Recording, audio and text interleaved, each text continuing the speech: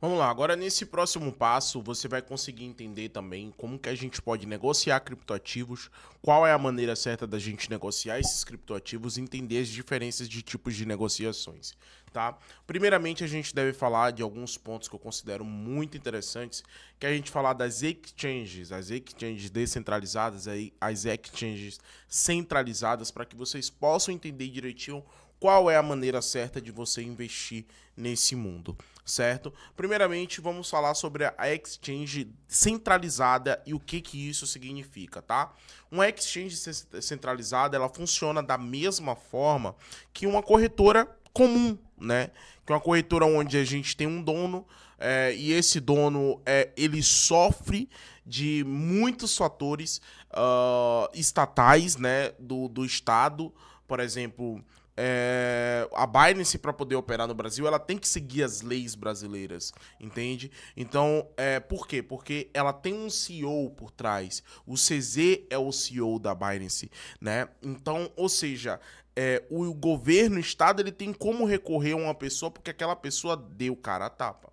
E então isso se chama-se de plataformas centralizadas, aonde você não tem a custódia daqueles criptoativos, por exemplo, dentro da Binance, dentro da Coinbase e dentro da Bybit, que foram as três principais exchanges centralizadas que eu coloquei aqui, né? Aqui é a Binance, aqui é a Bybit e aqui é a Coinbase. Dentro dessas corretoras que são centralizadas, dentro dessas exchanges que são centralizadas, ele tem um dono por trás e ele sofre de sanções estatais também. Então, ou seja, se o Estado decidir que quer bloquear todos os bens do Emerson, do Rafael e do Lucas, eles vão ter que seguir essa regra, senão eles vão estar contra o país e óbvio que ninguém vai querer isso. Então, ou seja, essas plataformas, ela é boa para quem está começando, para quem não coloca tanta grana, para quem não tem um conhecimento mais aprofundado sobre o mundo criptográfico, entende? Então, é nessas plataformas que você vai se familiarizando com o mercado primeiro, para depois você partir para o mundo descentralizado. Entenda, o mundo descentralizado, ele se torna um mundo meio que perigoso. E eu me sinto como que um pai aqui para vocês agora, neste exato momento, falando o seguinte, ó, você tem apenas 10 anos de idade, tem lugares que você pode ir e tem lugares que você ainda não pode ir. É exatamente isso. Mas óbvio, eu vou te educar e te mostrar como que você pode andar pelo caminho perigoso também. Por que que eu falo perigoso? Porque você já tem que ter uma familiaridade muito grande para você partir para o mundo descentralizado, aonde você não se perca, exatamente isso. Porque é uma transação errada que você faz, perdeu todo o dinheiro e você não tem com quem falar. Exatamente isso. Porque o mundo descentralizado não tem um dono, não tem um suporte, não tem uma pessoa para poder cuidar. Os caras desenvolveram, tome, tá aí. Por mercado, todo mundo utilizar e ele ir se atualizando e evoluindo sozinho. É mais ou menos isso, né? Podemos se dizer, né? Então, dentro das corretoras centralizadas, as que eu mais recomendo é você fazer parte da Binance, é você fazer parte da Bybit ou da Coinbase. E dentro dessas plataformas você vai fazer as seguintes operações. Você vai operar day trade, ou seja, você consegue operar o mercado de futuros dentro dessa plataforma, principalmente na Bybit e na Binance. Você consegue operar o mercado de futuros, que são previsões curtas, onde você utiliza da alavancagem para que você possa exceder ali um pouco do seu capital. Ou seja, um cara que, Joãozinho Trader, que só tem $100 na conta, ele poderia entrar em uma operação com $1.000, né? Dentro de uma operação, mesmo que ele não tenha aqueles $1.000 dentro da sua carteira, fazendo assim com que ele pegue esse capital emprestado da exchange que ele está operando, por exemplo, da Binance, né, para poder operar. Só que daí o seu saldo fica sob custódia da Binance para que, caso você perca, sirva como garantia de que você vai pagar esse empréstimo. Então é por isso que você consegue abrir uma operação de compra e de venda sem nem você ter esse ativo em sua custódia, tá? Então as corretoras centralizadas servem justamente para isso e também serve para você fazer uma autocustódia centralizada, né, nas carteiras deles que eles também te emprestam. Então eles te emprestam as carteiras deles para vocês conseguirem investir, né, dentro desse mundo criptográfico nas principais criptomoedas que estão listadas ali naquela exchange para você operar. Então, ou seja, vai ter exchange que tem uma cripto que ainda não tenha ido para lá, ou seja, só está no mundo Web3 ou no mundo mais descentralizado. Então, ou seja, aí você vai ter que partir de outros métodos para poder comprar esses criptoativos e por aí vai. Entende? Então, é mais ou menos assim que funciona, tá? Então, na Binance, a gente vai utilizar para quê? Para comprar BTC, para comprar Ethereum, para comprar XRP, para comprar Solana, para construir aquela carteira que eu já ensinei para vocês, buscando uma breve valorização. Também é interessante vocês utilizarem essa carteira para transações mais rápidas. Como assim, Buda, transações mais rápidas? Por exemplo, poxa, eu não queria pegar uma operação no Ethereum ou então me posicionar no Ethereum em holding, né? Porque são as grandes diferenças que a gente tem, né? Quando a gente está operando no mercado de day trade, a gente chama isso de futuros. Quando a gente quer deter o ativo sobre nossa custódia, a gente chama de holding, né? Então, se você quiser deter seu ativo como holding dentro da Binance e você quiser realizar lucros no meio do caminho, é bem mais fácil você utilizando uma exchange centralizada como a Binance, por exemplo, onde você pode comprar seus bitcoins, por exemplo, um exemplo de moeda, tá? Bitcoin ou sua Solana, sua BNB, independente, e quando subiu, você rapidamente consegue retirar aquele capital, porque isso vai estar na palma da sua mão, no seu celular, por exemplo, e você consegue retirar para depois reinvestir um pouquinho mais abaixo. Tudo isso depende de estratégia, é lógico. Mas se você só quiser holdar, manter em sua custódia, obviamente não vai ser por esse caminho que você vai seguir, porque os ativos que você está depositando dentro da Binance para servir de autocustódia não é necessariamente uma autocustódia, porque a carteira que você está utilizando, né, na Binance para poder deixar lá aquele endereço de carteira não é sua. Aquele endereço de carteira é da própria Binance. Então, ou seja, vocês precisam se atentar a isso, porque vocês podem achar que está se protegendo investindo no mundo criptográfico em uma exchange centralizada, quando na realidade essas instituições respeitam as leis do seu estado, no lugar onde você mora. Então, ou seja, não tem para onde você correr quando se trata disso. E sem contar que tiver algum bloqueio, alguma coisa, alguma decisão do juiz, você vai sofrer com isso quando se trata de uma exchange ou algo do tipo, né? Ou até mesmo se a exchange quebrar, seus criptoativos não estão seguros, tá? E isso aconteceu em uma corretora recentemente que foi, se não me engano, foi a FTX. Eu me esqueci aqui agora qual é a sigla da corretora. Mas é mais ou menos isso. Eu acho que é a FTX mesmo. A FTX simplesmente quebrou e todos os seus usuários que estavam dentro daquela exchange, por ser uma exchange centralizada, sofreu com essa quebra, né? Porque você tem ali o saldo ali, mas isso não significa que ainda aquele saldo é seu. Só vai ser seu caso você tenha uma carteira, tipo uma Trezor, tipo uma Ledger, que são hardware wallets, onde a gente tem uma carteira quente e não uma carteira fria como a Binance, não uma carteira fria como a Phantom, que eu já vou falar sobre isso, tá? Para que você consiga investir nos seus criptoativos. E a gente tem de várias tecnologias e de diversos preços, tá? Então, isso daqui é uma carteira descentralizada de verdade. Entendendo-se que até com um pendrive você consegue fazer sua autocustódia. É só instalar ali tudo direitinho, você consegue fazer sua autocustódia e gravar ali o código-chave para você ter acesso à sua carteira em um pendrive, sem precisar gastar R$ 1.104 nessa carteira da Trezor Safe 3 ou numa Trezor Safe 5, R$ 1.999. Então você não precisa gastar todo esse valor, só com o seu pendrive. Só que qual que é o grande problema quando você tenta fazer isso com o seu próprio pendrive, fazer uma autocustódia com o pendrive? Pendrive molhou, queimou, então você perdeu todo o seu dinheiro. Pendrive caiu, sujou, aconteceu alguma coisa, quebrou, você perdeu todo o seu dinheiro. Agora imagina milhões e milhões de reais você guardando dessa maneira.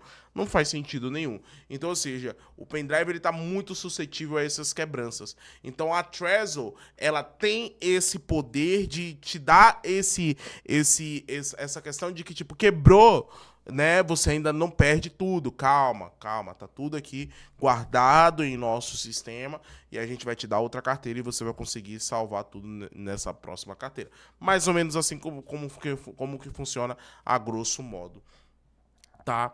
E são carteiras descentralizadas, o Estado não tem como ter controle sobre essa carteira e não tem ninguém por trás. Então, isso daqui é perfeito para quem quer viver no mundo descentralizado, fazendo autocustódia de criptoativos de verdade. Só que você não vai ter aquelas transações das mais rápidas possíveis. Por exemplo, se eu quiser comprar BTC a 513 mil que tá agora e quiser vender a 515, pô, é mó trabes fazer tudo isso, né? Então, ou seja, é mais fácil você fazer no exchange se você quiser fazer uma operação um pouco mais rápida. Mas se você quiser guardar os bitcoins para você, numa Trezor, você vai fazer isso, ou numa Ledger também, ó, Ledger, você vai fazer isso mais fácil. Só que assim, eu não gosto tanto da Ledger, das carteiras da Ledger, aqui ó, a Nano aqui ó. Eu não gosto muito das carteiras da Ledger. Eu prefiro as carteiras da Trezor, mas tem a mesma função elas. Ó, mas essa daqui também é bonitona, né? Essa daqui é sinistra. Essa daqui mostra todos os ativos aí, ó. Legal. E aqui você vai ter uma carteira 100% offline, certo? Uma carteira 100% offline, beleza? E fazendo só autocustódia de criptoativos de verdade, beleza? Então, é basicamente isso. Agora, você não tem dinheiro para investir numa carteira, numa hardware wallet descentralizada, que o Estado não tem como fazer parte, nem nada do tipo, mas mesmo assim você quer fazer autocustódia de criptoativos com carteiras que não é emprestada, que não sofre sanções estatais, nem nada do tipo, você pode utilizar as extensões descentralizadas, que são carteiras descentralizadas, né, que são desenvolvidas aí. Você pode fazer aqui, ó, por exemplo, um download for Chrome e você ter aqui a sua carteira MetaMask ou sua carteira Phantom, certo? No seu navegador, tá? Só que é óbvio, se tá no seu navegador de internet, ela é mais suscetível a hackers. Então ela tá online. É tipo como se funcionasse a hardware wallet, só que a hardware wallet fica offline. E essas carteiras aqui ficariam, MetaMask e Phantom, ficaria online. E óbvio, você tendo essas carteiras aqui online, você vai precisar, você não tem como comprar, na verdade até tem, né, com o contrato do criptoativo, você consegue comprar criptoativos pela própria carteira. Mas essa carteira precisa ser conectada a uma exchange, porque aqui vive um mundo descentralizado. Como assim? Na exchange tradicional, onde você investe nesses criptoativos e tem e é centralizada, tem um CEO por trás, dentro dessas exchanges já tem a conexão da carteira junto com a exchange junto, né? Só que aqui no mundo descentralizado, Web3 total, você não tem isso. Você precisa conectar a sua carteira a uma exchange para você fazer a compra desses criptoativos de maneira mais rápida, tá? Então, por isso que se você tem uma Phantom, você vinha aqui na Jupiter e era conectar a sua carteira dentro da Jupiter para que daí tenha acesso ao seu saldo e você consiga fazer com as transações de compra e de venda. Você viria aqui na rede Solana também, se tratando da rede Solana, você vinha aqui na Raydium e faria isso. Tem diversas exchanges descentralizadas para poder fazer isso. E qual é a diferença das exchanges centralizadas para a exchange descentralizada? É que nas exchanges descentralizadas, você não precisa botar o seu endereço, você não precisa colocar o seu nome, não precisa colocar seu RG, não precisa colocar seu CPF, não precisa mandar seus documentos, você não precisa fazer absolutamente nada, é tudo descentralizado. Não tem interesse de saber seus dados, quem é você do outro lado, qual é o IP, nada. Então, ou seja, nas carteiras descentralizadas de Web3 para navegador, funciona da mesma forma que uma Ledger, que uma Trezor. A única diferença é que a Ledger e a Trezor está offline e essas carteiras estão online. E aí você vai ter que pegar essas carteiras, assim como se você tivesse uma Ledger, você poderia conectar, por exemplo, em uma PancakeSwap, por exemplo. É óbvio que isso é um exemplo que eu estou dando, tá? É como se fosse isso. E aqui, no caso, você conectaria a sua Phantom com a PancakeSwap. Desculpa. A sua Fenton com a Jupiter, a sua Fenton com a Swap Region e por aí vai. A MetaMask você conseguiria conectar com a PancakeSwap. Na Uniswap, a gente consegue simplesmente fazer a conexão da nossa carteira para que a gente possa ter uma exchange descentralizada, focada em rede Ethereum e por aí vai, certo? É basicamente dessa maneira que funciona esse mundo, né? Então, você também tem que entender, né, que cada rede, ela tem seu esse aspecto individual. Por exemplo, a rede Solana, né, ela é diferente da rede BNB, por exemplo, que a gente utiliza a MetaMask com a PancakeSwap para poder operar com a rede BNB, entende? É diferente. Os dois mundos, por mais que estejam conectados, eles ao mesmo tempo estão desconectados, né? Então você precisa entender o que é rede Solana e o que é rede Ethereum. Solana, ela não é apenas uma criptomoedinha. A Solana, ela é uma rede descentralizada focada em DeFi, focada em NFTs e por aí vai, que a gente já falou. E assim, a MetaMask, junto com a BNB, é a mesma coisa. Junto com a rede Ethereum, é a mesma coisa, entendeu? E por aí vai. A Uniswap, a mesma coisa, entende? Só que para Ethereum. Então, cada ali tem as suas redes. Rede Ethereum e rede Bitcoin é completamente diferente uma das outras, mas estão dentro do mesmo como é que eu posso dizer, ecossistema, né? A rede Solana é diferente da rede Ethereum, né? Mas estão ali dentro do mesmo ecossistema. É basicamente assim, eu espero que vocês tenham entendido. Inclusive, se você não entendeu muito bem, deixa aí sua dúvida que nos próximos aulas eu posso estar utilizando a sua dúvida como pauta de nossas aulas. Mas você entendeu como é que funciona esse mundo? Tem um mundo centralizado das empresas que tem CEOs por trás, tem um mundo descentralizado, que é um mundo completamente desconexos, que não pede sua carteira de identidade nem nada para você fazer suas operações. Mas você deve entender também que o mundo descentralizado, ele é muito perigoso. Uma palavra-chave errada, um código errado, uma letra errada pode acabar com toda a sua vida. Então você precisa saber o que você está fazendo quando se trata do mundo descentralizado. É no mundo descentralizado que começam os principais tokens que a gente pode investir, as principais altcoins que a gente considera interessante para poder investir, né? Por quê? Porque ainda não foi para as principais corretoras e exchanges centralizadas. É ali onde o mercado cripto verdadeiramente funciona, no mundo descentralizado. E assim faz com que até mesmo você possa pegar oportunidades únicas, né? Principalmente que a gente vai passar aqui para vocês. É no mundo descentralizado que a gente tem as meme coins, tem as altcoins e que a gente pode investir ali sem precisar ninguém saber que é a gente que está fazendo aquele investimento ou quanto de rendimento a gente está tendo. Valeu? Então, é basicamente isso. Espero que tenha ficado tudo claro com vocês. Agora vamos para a nossa próxima aula. Tamo junto.